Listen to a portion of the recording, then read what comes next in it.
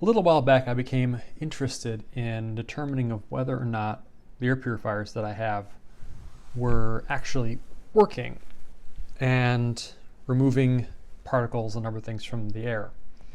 I started on the path of looking at perhaps getting an air quality monitor that I could hook up to a Raspberry Pi or something like that, Arduino, etc. Just cobbling together some code to get data back. But then I came across this thing, and it was like $30 on Amazon, and I thought, well, this is amazing. It's so inexpensive, and yet it looks like a quality device made by this company E3 Enterprise, and features a sensor made by Sharp.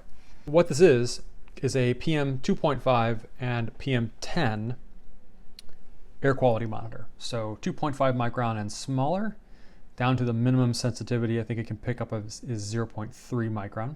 Then it bins between or greater than 2.5 and less than 10. So that's the two bins that it measures in.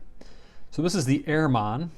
It says that it is a PM 2.5, well, it's in Japanese here, but PM 2.5 air quality monitor, but it also monitors and reports PM to 10 levels.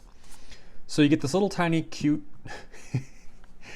air quality monitor, which is really well built. The hardware is amazing. And it has a cute little bear with I'm not sure what he's wearing, but he's wearing something like a bubble or something, and then this bird, which they appear on the app when you're using it. And then you have this whole thing which then peels off, but I like the little graphic on there, so I'll leave that on for a little while before I take it off.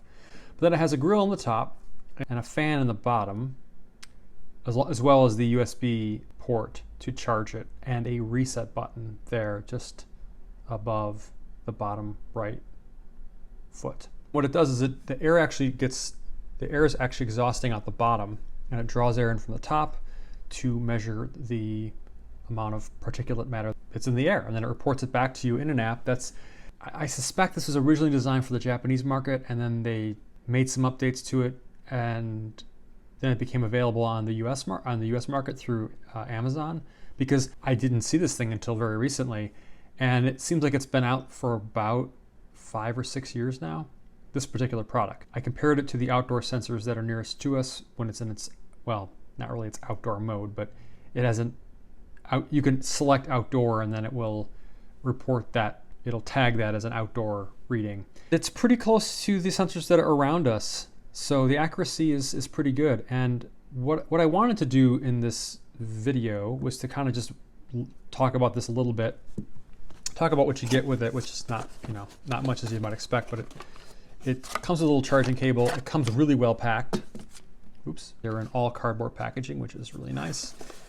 And the whole thing is recyclable, and this is the warranty card with a 1-year warranty that I'm about to void, and the QR codes for the app, Store app, and the Google Play app. The app is pretty good. There are some things that I kind of wish that it had. It's a minimalist app. It's cute, and it's fun to kind of play around with it. But and it does have data export features too, which is nice. So you can export your data as a CSV file, but you have to email it to yourself, which is, it's kind of like 2012. So it'd be nice to kind of bring it up to times with the the share sheets and other things that are available on iOS where you can just share. But other than that, I mean, it works. The CSV file is clearly labeled, and it's easy to get the data out of there and plot it and kind of get a trend. You can also program this in the app to run at specified times, which is awesome. So I can specify it to run once every hour, and so it gets 24 samples in a day. One exception to that measuring it every hour setup that I have is that if you're cooking, you definitely will notice that it will jump up pretty quickly if you're cooking. One thing I love about it is that it's all Bluetooth. There's no Internet of Things stuff where it's got to connect to the cloud, and you've got to, you got to register it, and no, it just pairs to your phone. And if you set up those automatic sample measurements, it'll dutifully do the sampling measurements whether the phone is there or not. And it seems to retain 80 or 90, maybe 100 readings. I intentionally deleted the app off my phone to delete the data, and then powered this off and powered it back on again, and then repaired them when the app came back up again with no data in it. this gave the last 83 samples that it had. It stores the samples there until it's able to transmit it to the phone. The app doesn't have any backgrounding capability or anything like that, so it's only running when it's in the foreground, and it only queries data via BTLE when the app is in the foreground. Pretty straightforward and simple. The only downside, honestly, is that the battery life isn't that great, and this is why I'm going to take it apart and void the warranty. Because it says that you can get on a full charge up to 7 days on a full charge with 6 readings per day. And it's like, oh, I'm doing 24 readings a day, so that's less than 2 days for charge. Now, honestly, it went about 3 days on a charge. It'd be nice if it could go longer than that. So let's take it apart, look at the Sharp module, look at what it's got going on for the Bluetooth Low Energy and controller, and then see what that battery looks like and see if it's possible to get a bigger battery in there, or to just connect it to USB, or to just use maybe a set of Eneloop batteries and a few 3-cell AA packs that I have left lying around.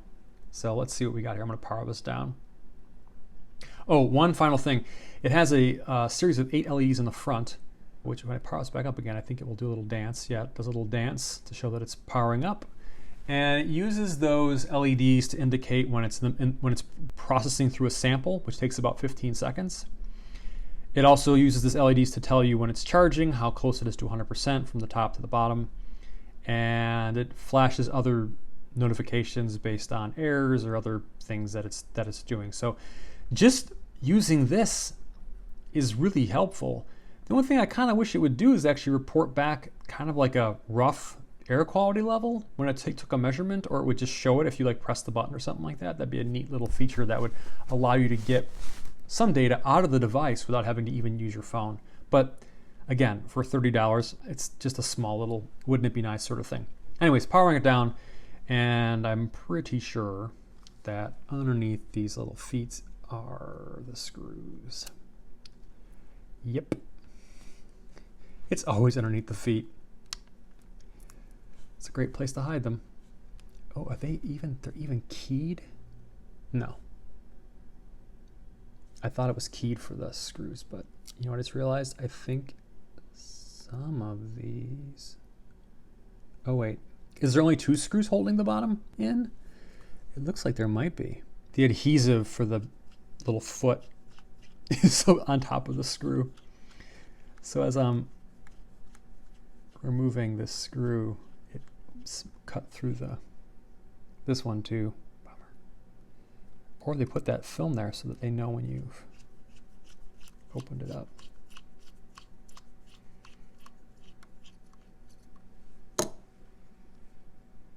That's the only 2 screws that I see. And it looks like this is a piece of plastic that goes all the way to the top.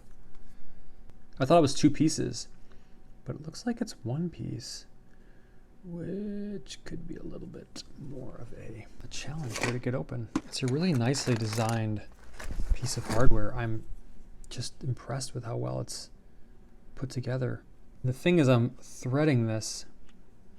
I'm not stripping it. I'm definitely turning the screw, but I can feel it's bumping up against the top of the... You can hear it too. I've gone as far as that screw's going to go. The walls seem thin, so I don't want to put too much pressure on that. But there is white plastic underneath here, so I'm wondering if this is just like a fascia over a core or something.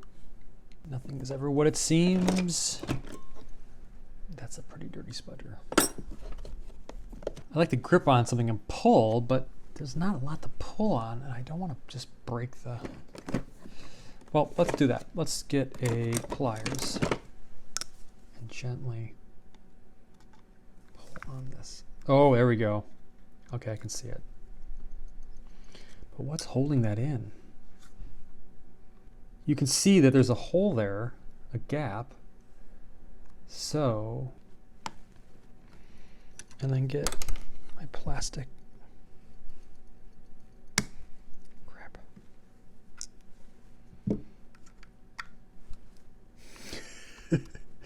This is really well held together.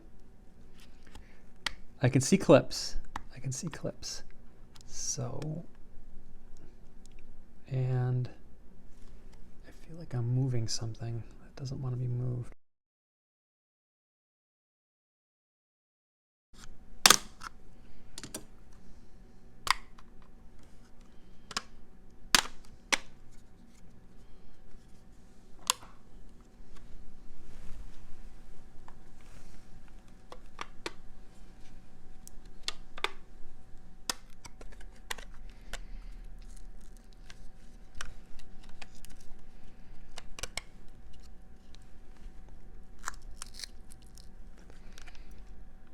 What it looks like is that this is basically the Sharp module, which you can see it says Sharp Corporation on there. And the Sharp module, the PM 2.510 module, they just basically put a board and maybe a little bit of supporting plastic around it. And maybe it's even just part of the module and they just kind of fit things around it. This slid, I'm glad I wasn't prying on that plastic really hard because this just slides in here. Just gently, and it slides right back in this direction. And so you have this, and then like a wraparound piece of plastic that actually snap fits around this whole thing. It's very well done mechanical engineering. It's beautiful. So you can see the lights, the guides in there. There's a little bit of a guide. I think it may just be holes. I don't even think there's a guide at all. Piece of my spudger that broke. And then there's that little loop up on top that with the plastic feature for the button. So behind this whole thing here, except for this chunk here, which looks like it's screwed on to hold the battery. It's powered by a 3.7 volt 1220 milliamp hour, which equates to a 4.51 watt hour battery, which is pretty hefty. Let's kind of make our way around the board here. There's so many things going on here that I kind of know what's going on, and I'm not doing any research before I start talking about stuff here. But what I do notice is that we have the Bluetooth module, which is sitting underneath this can. The module, including the I think perhaps like a little controller, power amplifier, staging, all that stuff comes out through a little trace here. It has a little micro BNC, but then it goes up to a chip antenna at the top. The command and control, it's an STM32F0. This is a command and control, and then it controls kind of all the peripheral stuff, and then you've got it talking to the radio, which is the Bluetooth module sitting next to it. But then this, I think, comes down here to, this looks like it might be EEPROM. Not EEPROM, flash storage. So I think whatever application firmware is running is actually stored on this. It boots and then executes into this little thing here. It might be. This might be something else. This looks like what might be traditionally external flash. This looks like it has a higher pin count than that. So I'm wondering if this is being used for something else. What is amazing, you have one piece of flex that starts right here. And I was like, why are there so many pins for just the lights? And then I was like, wait a minute. This runs here, up here. So you have all the lights, 1, 2, 3, 4, I think it was 8. 8 LEDs. Then it comes here to this little like cliff, up again, super tiny little micro switch, which turns the unit on and off. Then it continues across the top here to the temperature and humidity sensor that is sitting directly on top here.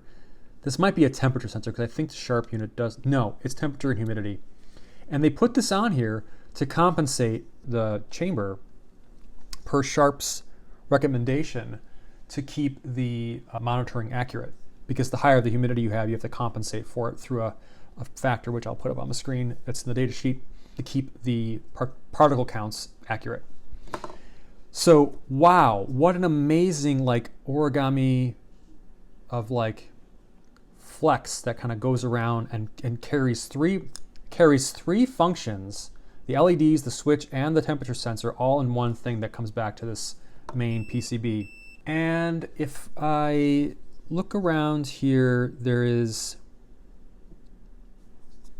the left side of this board, if I'm just turning this back around this way, and this is the top and this is the bottom. Then on this side we have this 6-pin header that's the slotted in. I love when this is done. There's a through hole, but it's also got like a drill cut in so that you can slot in these wires and hand solder them more efficiently. Like, so there's 6 wires here, 1, 2, 3, 4, 5, 6 that are coming from the sensor. I have to look at the data sheet to get all that information. But this is the analog version. The digital version that had I2C was available only in Japan. It is providing the particle counts as an analog line, and then I do believe it's one of two things. Either this STM32F0 has enough sampling resolution on its analog to digital converters to just directly handle the sampling coming in with good accuracy. I think these are like 10 or 12-bit analog to digital converters on these, so that's pretty good, and would get you, I mean, even 10-bit would be 1024 stages of resolution. So that'd be enough for a sensor that's going to give you an output of somewhere between 0 and 500 micrograms per milliliter cubed. So that'd be enough range for that. It'd be almost double that. But if it's 12-bit, then it'd even be just, you wouldn't even need that much range. The sensor's accuracy across this entire range of 0 to 500 micrograms per meter cubed is 15%, plus or minus 15%. So you think, well, that's a pretty big, that's kind of a huge tolerance window, but we're talking about measuring the amount of particles that are coming through this thing down between 0 and 500 micrograms per meter cubed. There's going to be a bit of tolerance, unless you go to a really high precision, like, I don't know, industrial grade or commercial grade or something like that, or a newer sensor. This is definitely a sensor that's about 5 years old now, and it's actually been discontinued recently. But anyways, for measuring your home or even environmental things and knowing whether you're in low PM 2.5 or you're above a certain threshold, this is more than sufficient.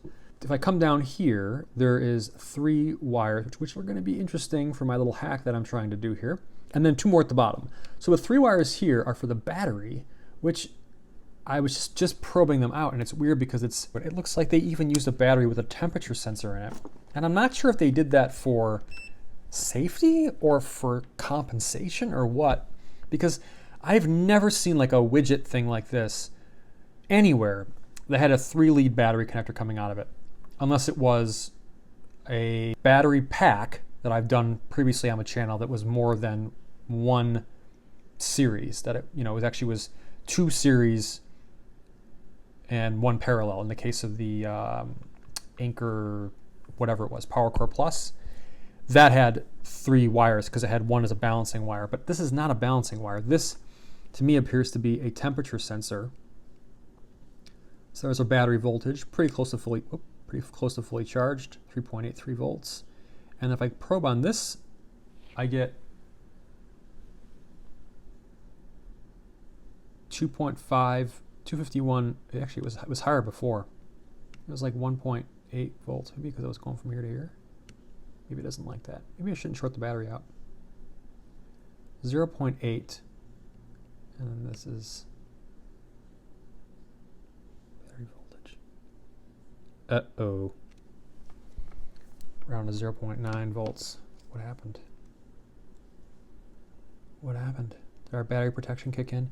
I think our battery protection kicked in, and I need to plug it in and charge it to get it to wake up, because I think there's onboard battery protection. Bummer. That's what happens when you short the battery out. I knew it was a protected cell, so I wasn't super careful with me touching the probe leads. So let me get this plugged in and see if it charges. It is not. Did I break something? Let's continue, and we'll come back. And my hack may be necessary now because I may have just killed the battery pack. Down here in the bottom are the 2 pins that are responsible for the fan.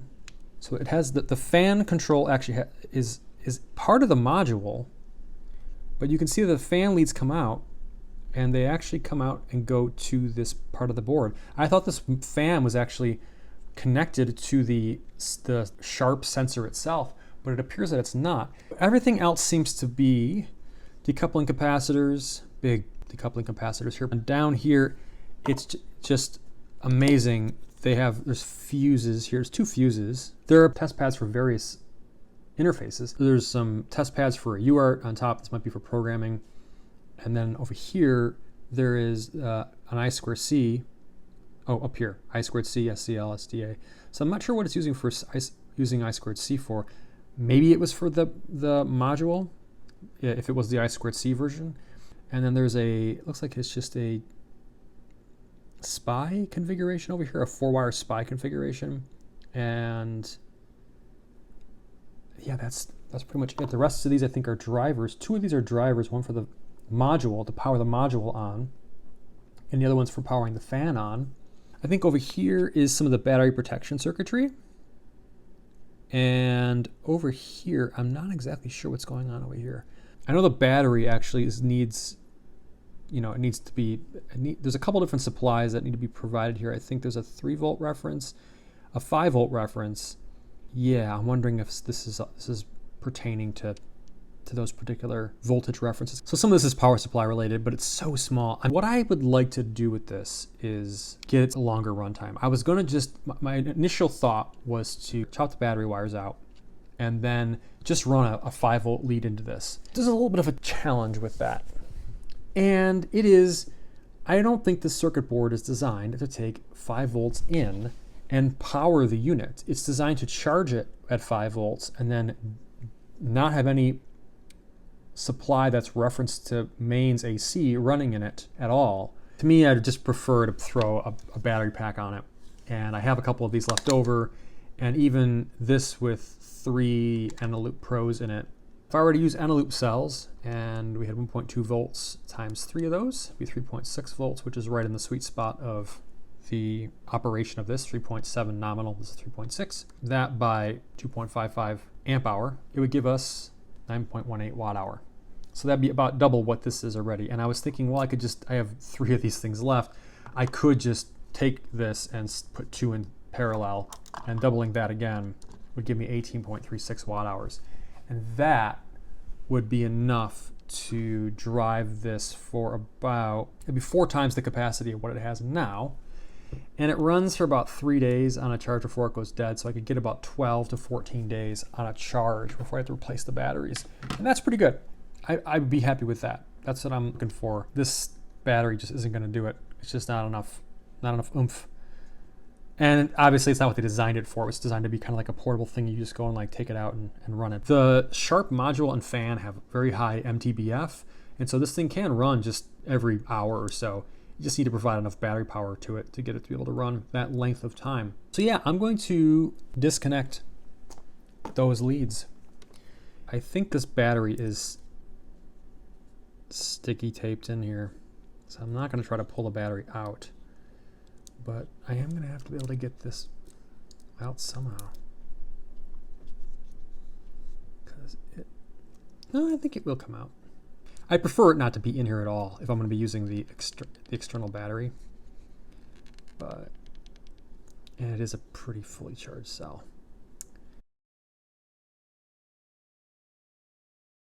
Okay, I pray on it some more and it popped off in one direction. Still not warm or anything, so that's good. I think the screw holds this battery in somehow. I think it's like stuck to this module, and if I can just get this screw out, then I can kind of release the battery, and maybe, yeah, that definitely holds the battery. Screw on this side too. I don't think it's sticky taped in, I think it's held in some other way. So I might be able just to take this battery out. Oh, I need to cut along that adhesive line. Not cut it, but just like separate it. And then this should pull away. Not really sure. Oh, there's a clip. There's a clip on this side, and there's a clip on this side, but it's got adhesive over it. You can see now there's the module. So the module profile is just this, with the little fan at the bottom. And then you've got some more stuff kind of stacked on to kind of build it out, which all feels like plastic. But then we've got this battery, which I still think it's held in by some kind of adhesive, but it's really held in there. Let's clip these wires off. clip these off, but make sure we don't clip the fan wire. And don't clip them all at the same time so we don't short the battery out. That's it, disconnected. Interesting battery look at that some other time, but take that out for now. And then what I'm going to do is just to test this to see if we have any hope of bringing it back to life. Before I do anything else, I'm just going to put 3.6 volts, which is a set of regular envelopes, and see if we can get this to wake back up again. I'm going to tack it down with a soldering iron.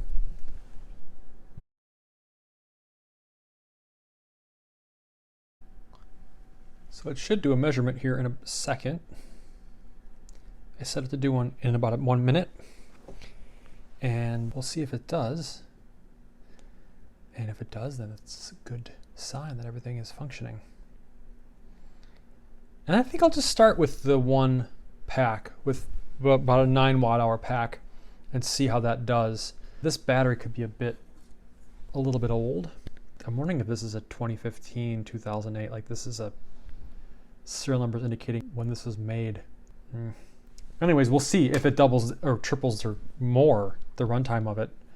We're getting up on 1 minute almost. Let's see if it does it. Bummer. I'll get a video of it. It does work. Unfortunately, I can only set it to run once every 15 minutes. And if I start a measurement and then leave the app, it stops because it doesn't run in the background. So it's working. I'll get a video showing it working. You can see it doing its thing. Awesome. So I'm excited. I don't know what happened to the battery here. Maybe it just needs to be disconnected and open circuited. And if I meter it out now, it'll be fine. But I don't really care because I don't really want this battery. I want bigger battery. I might consider looking for another cell, maybe. But for right now, this is fine. And I'll just route this through. I'll route it somewhere. I'll figure out a way to route it out of here. I might nibble around here to get the wires out. I may keep it out of the enclosure, but I kind of want to. Actually, I might just slide it back into this outer skin so that it sucks the air in. Actually, I don't think that duct goes all the way to the top, so it might be nice to have the whole thing wrapped around again. I'll find some way to get the wires out, and then I'll show what it looks like afterwards. It won't be as pretty as this amazing design when it first arrived, but props to this company. Airmon or E3 Health or E3 Enterprises or whatever their name is. E3 Enterprise, I think they're also, there's like also E3 Health. But this is a really well designed thing. And like just the electronics to the whole package is just really nice. And even the app, honestly, if you're looking for a good solid $31 air quality monitor that does solid monitoring, and you can program it to monitor an area however often you want, but perhaps for that $30 you want to bump it up to be able to run for maybe a week or two on a set of batteries. It's possible. It's totally possible with a little bit of hacking. You can see what it looks like when I reassemble it. This thing is fantastic. If I haven't said it already, I would say go out and get one while they're still available. They may not be available for, well, I don't know how much longer they're going to be available for, because unless this company bought a whole bunch of these Sharp modules, these have gone end of life March of this year. The last time buy I think was like end of last year. It could be why these are so inexpensive. I don't know. But oh yeah, the other thing too is it measures temperature and humidity. I think I said it measures humidity, but it also measures temperature.